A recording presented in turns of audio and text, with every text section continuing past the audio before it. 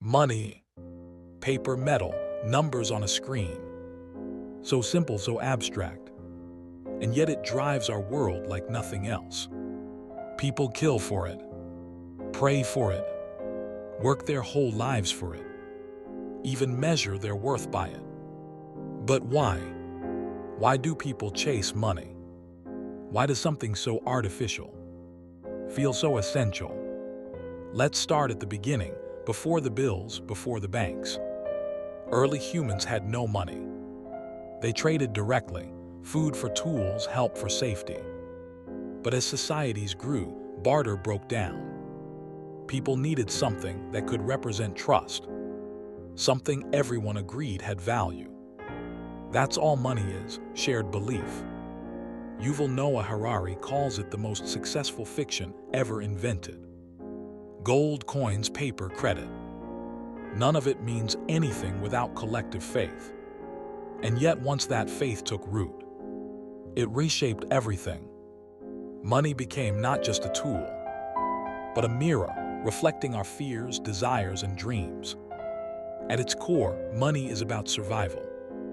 Our ancestors lived in scarcity. Food could disappear.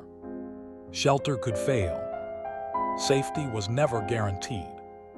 So when money emerged, it became a symbol of control.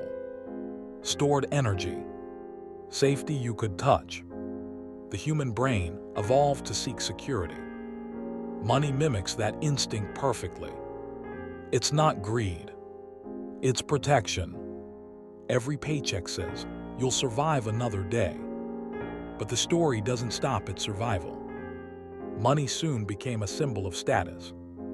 Anthropologists have long known that in social species, from chimpanzees to humans, hierarchies form naturally. Status means access, to mates, to resources, to influence. In modern societies, money replaced physical dominance. We don't fight with claws. We compete with salaries. It's why money feels emotional. Because deep down, status and survival are still wired to the same circuits in the brain.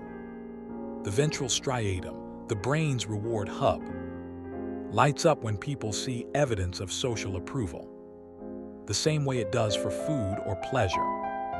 Money triggers that same neural network. It's not just currency, it's dopamine. Psychologists have tested this. In one experiment, researchers gave participants real cash rewards for completing tasks. Brain scans showed a surge of activity in areas tied to pleasure and motivation, identical to what happens with food, drugs, or romantic attraction. Money literally feels good, not because of what it buys, but because it represents reward itself. The promise of more activates the brain's anticipation circuitry. We crave the chase, not just the catch. That's why people keep pursuing wealth long after their needs are met. The chase becomes the high. Economist Richard Easterlin discovered something strange. He found that beyond a certain point, more money doesn't make people happier. It raises comfort, not joy. Satisfaction plateaus, but desire doesn't. This became known as the Easterlin paradox. Humans adapt quickly. We normalize wealth, then crave the next level. Psychologists call it hedonic adaptation. Our tendency to return to baseline happiness, no matter how much we gain. That's why millionaires want to be billionaires. And billionaires still feel poor compared to someone richer. It's not logic. It's neurology. Comparison fuels desire. Money also became moral. In capitalist cultures, wealth is often seen as proof of virtue. Discipline, intelligence, hard work. We've moralized success. We equate money with merit. But sociologists point out that this is a dangerous illusion. Wealth often follows opportunity, luck, inheritance, or circumstance. Yet the narrative persists, because it flatters the system. If money equals virtue, then inequality feels justified. It turns economics into morality. Winners become heroes. Losers become lessons. Religion once promised salvation after death. Money now promises it before. In the secular age, money replaced heaven as the ultimate proof of worth. It promises freedom, power, choice, a kind of immortality through influence and legacy. That's why losing it feels existential. Debt feels like guilt. Poverty feels like shame. Money isn't just a tool. It's identity. And yet, money also builds everything we love. It funds art, science, medicine, exploration. It connects people across continents. It allows cooperation at scales nature never imagined. It can be a force of good when guided by empathy.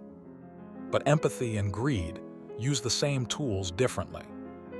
One sees money as means, the other as meaning.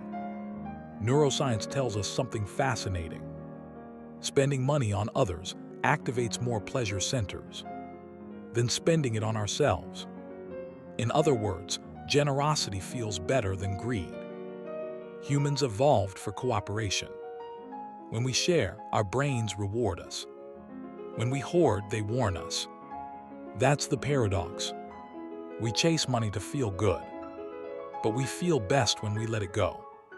Still, the chase continues. Because money isn't just about buying things. It's about buying time, the most finite resource of all. We think money will free us from time's control, to rest, to play, to live. But the tragedy is that, in chasing it endlessly, we often trade time to gain it. We work more to earn more, to buy what we don't have time to enjoy. Money becomes a promise that never arrives. Sociologists call this the treadmill of modern life. We run faster, produce more, consume more, and still feel like we're behind. Because money, in the end, is not designed to satisfy. It's designed to circulate. It's not happiness. It's motion. And motion without meaning is exhaustion disguised as ambition. So why do people chase money? Because money answers our oldest fears. The fear of hunger, the fear of insignificance, the fear of powerlessness. Because it offers something the world rarely does: control. And because for a moment, when the numbers rise, we feel safe. But maybe the deeper question isn't why we chase money. It's what we're really chasing through it. Security, status, freedom, love, meaning. Money is just the mirror. The reflection depends on who's looking. If you look long enough, you start to see what money really buys. Not happiness, but potential. Not peace, but possibility. And perhaps the only wealth that truly matters is the one we can't measure. Time, connection, purpose, wonder. Because in the end, money can buy almost anything, except the feeling that you have enough.